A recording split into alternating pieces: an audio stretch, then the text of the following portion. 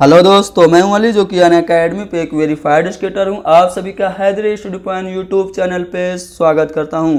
आज की अपनी इस वीडियो में हम लोग सन 2019 यूपी टेट के लिए उर्दू के प्रैक्टिस सेट को डिस्कस करेंगे, जो कि पेश किया जा रहा है एम अली के ज़रिए।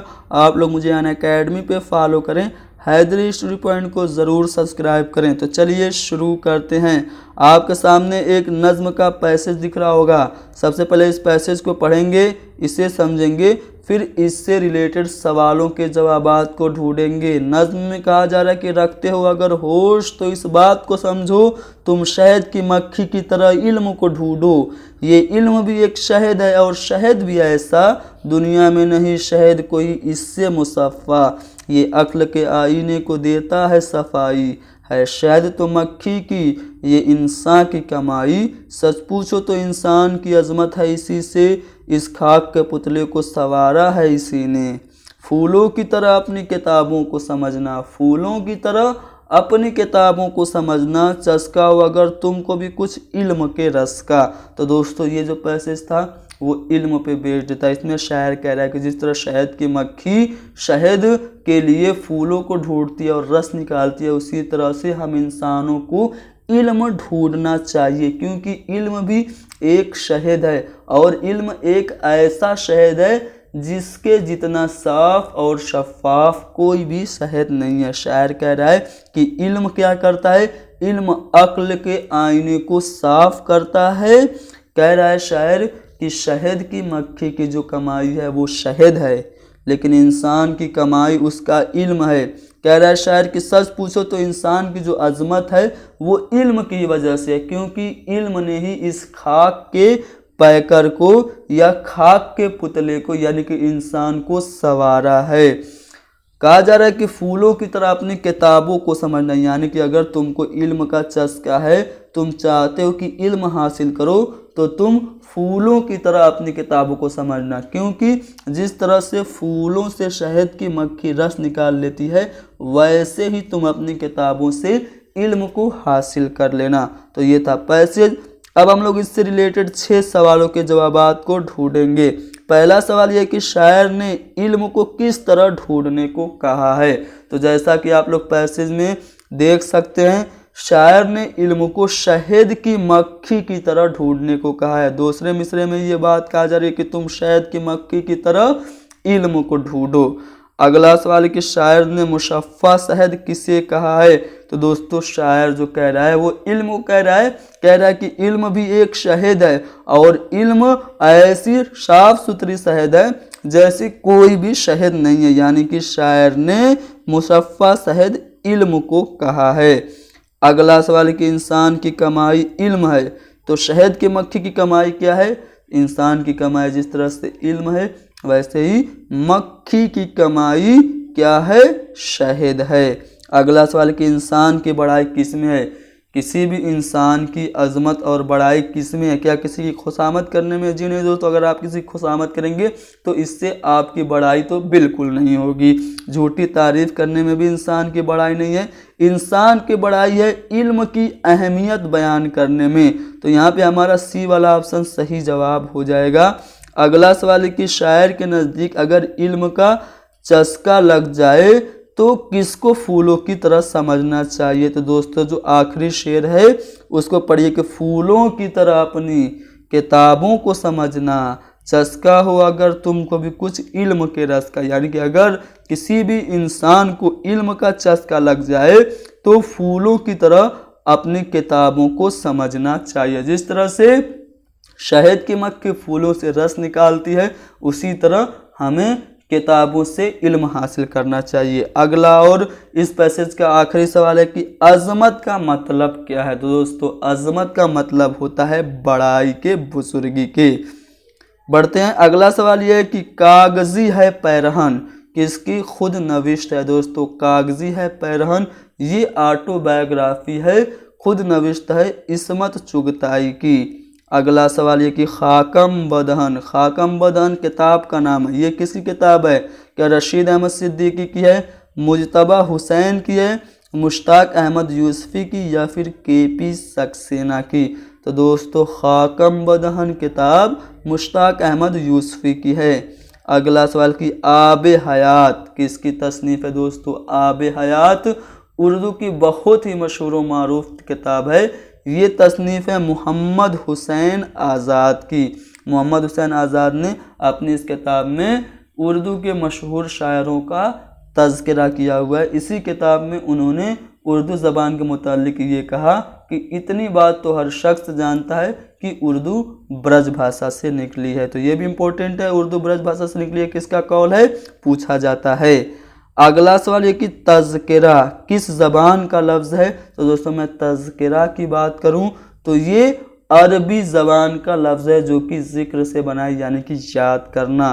कुरान में है फ़ज़कुरूनी अज़कुरकुम, यानी कि तुम मुझे याद करो तो मैं तुम्हें याद करूँगा। तो कुरान का लफ्ज़ है, तज़किरा भी क्या है, अरबी का लफ्ज़ है। अगला सवाल यह है कि तहज़ीबुल इख़लाक़ का ताल्लुक़ किस तहरीक से है? तो दोस्तों तहज़ीबुल इख़लाक़ एक रिसाला है जो कि निकाला जाता था सर सैयद अहमद ख़ां के ज़रिए। सर सैयद अहमद ख़ां की कुछ तसानीफ़ का नाम मैं आपको बता दूँ। आसारुस सनादीद, ज़िला बिजनौर, असबाब बगावत हिंद, ये उनकी कुछ फेमस तसानीफ़ थी। उन्होंने तहज़ीबुल इख़लाक़ रिसाला भी निकलवाया था। और अलीगढ़ की जो तहरीक थी वो किससे मुताल्लिक थी? वो अलीगढ़ की तहरीक सर सैयद अहमद ख़ां ने ही चलवाई थी। पूछा वही जा रहा है, तहज़ीबुल इख़लाक़ का ताल्लुक़ किस तहरीक से था? तो अलीगढ़ तहरीक से था। अगला सवाल यह है कि आतिश लखनवी का पूरा नाम क्या था? तो दोस्तों ख्वाजा हैदर अली आतिश इनका पूरा नाम था। अगला सवाल ये है कि ड्रामा इंद्र सभा किसकी तसनीफ़ है? दोस्तों ड्रामा इंद्र सभा को बहुत सारे मुहक्किक ये मानते हैं कि ये उर्दू का पहला ड्रामा है। ये ड्रामा अमानत लखनवी का है। ड्रामा इंद्र सभा इतना मशहूर हुआ कि उस दौर में जितने भी ड्रामे लिखे जाते थे सबका नाम इंद्र सभा ही रखा जाता था। ये अमानत लखनवी का बहुत ही मकबूल ड्रामा था। अगला सवाल है कि किस शायर को शायर इनकलाब के नाम से जाना जाता है? तो जोश मलियाबादी को शायर शबाब, शायर इनकलाब के नाम से जाना जाता है। इन्होंने अपनी एक खुद नविश्त लिखी यादों की बारात। अगला सवाल है कि सोज़े वतन किसके अफसानों का मजमुआ है? तो दोस्तों मुंशी प्रेमचंद के अफसानों का मजमुआ है सोज़े वतन। सोज़े वतन में देशभक्ति की भावना बहुत ज़्यादा थी, जिसकी वजह से अंग्रेज़ों ने इसे ज़ब्त कर लिया था। अगला सवाल है कि मिंदजा जेल में से किसे अवामी शायर कहा गया? तो दोस्तों नज़ीर अकबर आबादी को अवामी शायर कहा गया, क्योंकि इनकी नज़मों में ज़्यादातर पैगाम अवाम के लिए हुआ करते थे। अगला सवाल कि उर्दू में ज्ञानपीठ अवार्ड पाने वाली पहली खातून नावल निगार का क्या नाम है? दोस्तों उर्दू में कुछ लोगों ने भी ज्ञानपीठ अवार्ड पाया, जिसमें फिराक गोरखपुरी, अली सरदार जाफरी वगैरह। लेकिन यहाँ पे पूछा जा रहा है पहली खातून जिन्होंने उर्दू में ज्ञानपीठ अवार्ड पाया वो कौन थी? तो दोस्तों कुर्रतुल ऐन हैदर थी, जिन्होंने उर्दू में सबसे पहले एक औरत के रूप में ज्ञानपीठ अवार्ड हासिल किया था। अगला सवाल कि अंजुमन तरक्की पसंद मुसन्निफीन की बुनियाद कब पड़ी? तो दोस्तों 1936 ईस्वी में अंजुमन तरक्की पसंद मुसन्निफीन की बुनियाद पड़ी। लंदन में पड़ी। लंदन में कुछ हिंदुस्तानी तालिब इल्म रहा करते थे, जिसमें सज्जाद ज़हीर, मलिक राज आनंद वगैरह। उन्होंने ही एक इम्पोर्टेंट रोल निभाया था अंजुमन तरक्की पसंद मुसन्निफीन की बुनियाद डालने में।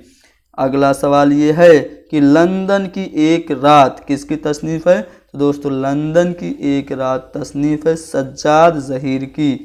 बढ़ते हैं अगले सवाल की तरफ। मरहूम की याद में किसका इंसाइया है? तो दोस्तों मिर्ज़ा फ़रतुल्लाह बेग ने दो बहुत ही फेमस इंशाइया लिखा है। एक उन्होंने लिखा डिप्टी नज़ीर अहमद की कहानी कुछ मेरी कुछ उनकी ज़बानी, जिसमें उन्होंने मौलवी नज़ीर अहमद का खाका लिखा था। और उन्होंने एक और खाका लिखा जो कि मरहूम की याद में नाम था, यानी कि जिसका खाका उन्होंने लिखा तो उन्होंने खुद फरमाइश की थी जब उनका खाका, उनका इंशाइया डिप्टी नज़ीर अहमद की कहानी कुछ मेरी कुछ उनकी ज़बानी बहुत मशहूर हुआ तो मरहूम ने खुद क्या किया था, ख्वाहिश किया था कि आप मेरा भी एक इंशाइया लिखो। तो उन्होंने मरहूम की याद में लिखा। किसने लिखा?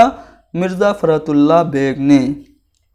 अगला सवाल कि हमद में किसकी तारीफ़ की जाती है? तो दोस्तों वो नज़्म जिसमें अल्लाह तबारक व तआला की तारीफ़ बड़ाई बयान की जाती है उसी को हमद कहा जाता है, यानी कि हमद में खुदा की तारीफ़ की जाती है। अगला सवाल कि उर्दूए मुअल्ला और एवद हिंदी किसके मजमू हैं? तो दोस्तों उर्दूए मुअल्ला और एवद हिंदी खतूत का मजमुआ है। ये मिर्ज़ा गालिब के खतूत का मजमुआ है।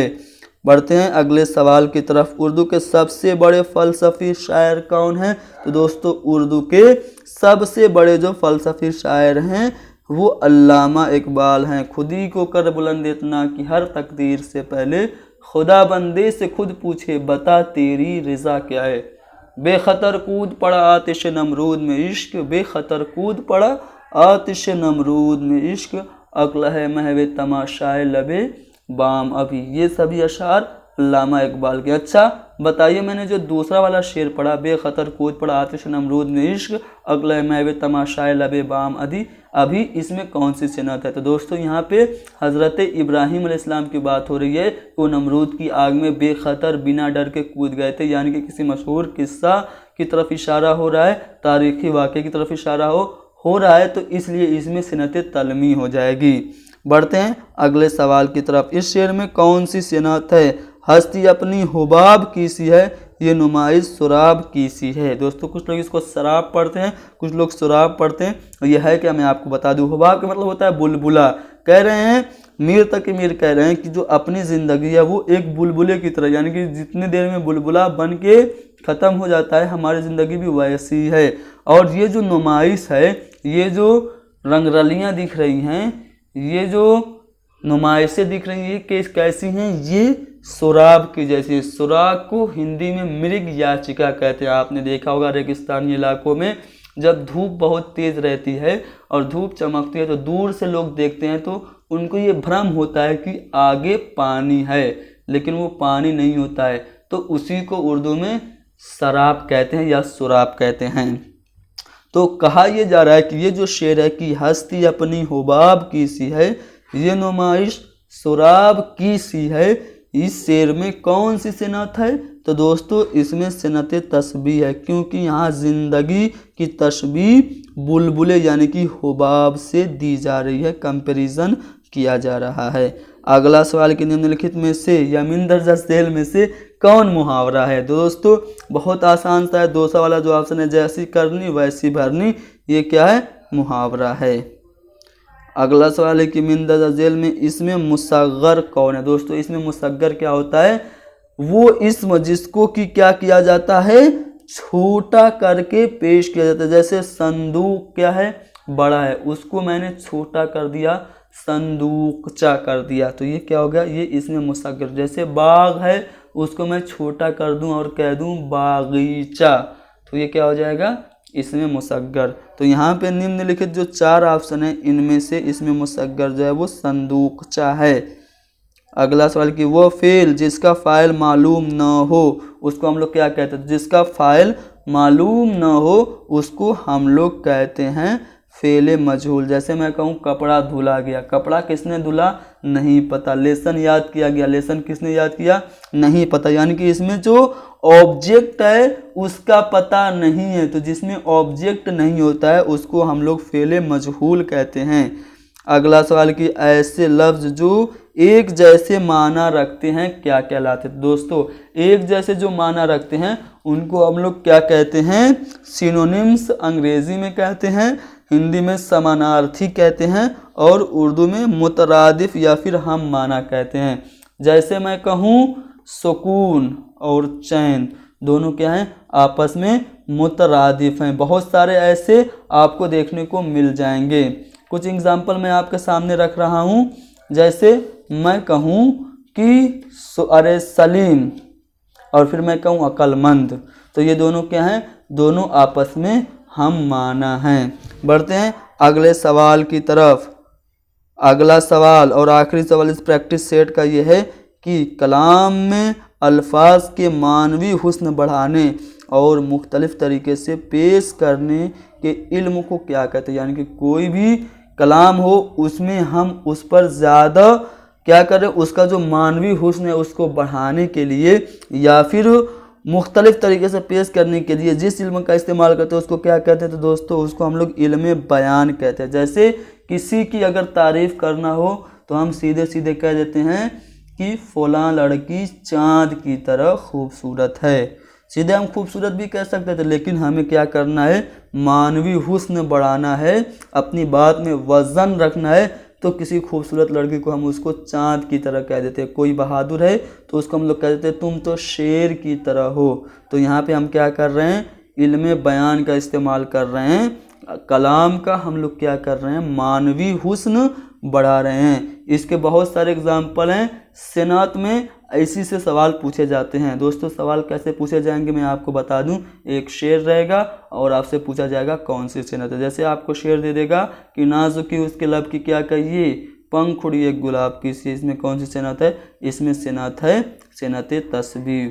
मौत का एक दिन मुअय्यन है, मौत का एक दिन मुअय्यन है, नींद क्यों रात भर नहीं आती, इसमें कौन सी सनत है, इसमें सनत तजाइल आरफाना है। क्योंकि शायर को पता है कि उसे नींद क्यों नहीं आ रही है, फिर भी वो अनजान बना पूछ रहा है कि मुझे रात भर नींद क्यों नहीं आ रही है। तो ऐसे सवालात आपको देखने को मिलेंगे। हर साल यूपी टेट में एक सवाल सेनात से ज़रूर पूछे जाते हैं। तो दोस्तों यहाँ पे हमने डिस्कस किया सन 2019 के लिए उर्दू का प्रैक्टिस सेट, जिसमें हम लोग कुछ चुनिंदा और सिलेक्टिव क्वेश्चंस को इंक्लूड किए हुए थे, जो कि आपकी आगामी परीक्षा यूपी टेट के लिए बहुत ही इंपॉर्टेंट होगा। दोस्तों ये जो प्रैक्टिस सेट है ये बिल्कुल यूपी टेट के पैटर्न पे ही बनाया गया है। क्योंकि यूपी टेट के पैटर्न में एक पैसेज आता है जिसमें पैसेज में 4 से 5 सवालात होते हैं और बाकी सवालात कुछ ग्रामर से भी होते हैं। तो ग्रामर के सवाल भी मैंने इसमें इंक्लूड किए हैं। कुछ सवाल जो होते हैं वो उर्दू लिटरेचर से होते हैं, तो उनको भी मैंने इसमें इंक्लूड किया हुआ है। यानी कि इसको आप अगर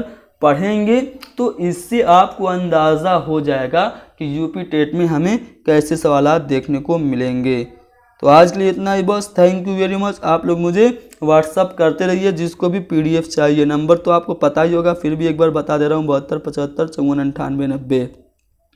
इस पर आप लोग मैसेज करके फ्री में PDF पा सकते हैं। बहुत ज़्यादा मेहनत कर रहा हूँ, आप ही लोगों के लिए कर रहा हूँ। उर्दू की ही वीडियो ज़्यादा बना रहा हूँ क्योंकि उर्दू के स्टडी मटेरियल अच्छी क्वालिटी में आपको अवेलेबल नहीं हो रहे हैं। तो इसलिए मैं आपके लिए मेहनत कर रहा हूँ। मेहनत का सिला आप लोग भी तो कुछ दीजिए, ज़्यादा से ज़्यादा शेयर कर दीजिए। Thank you very much.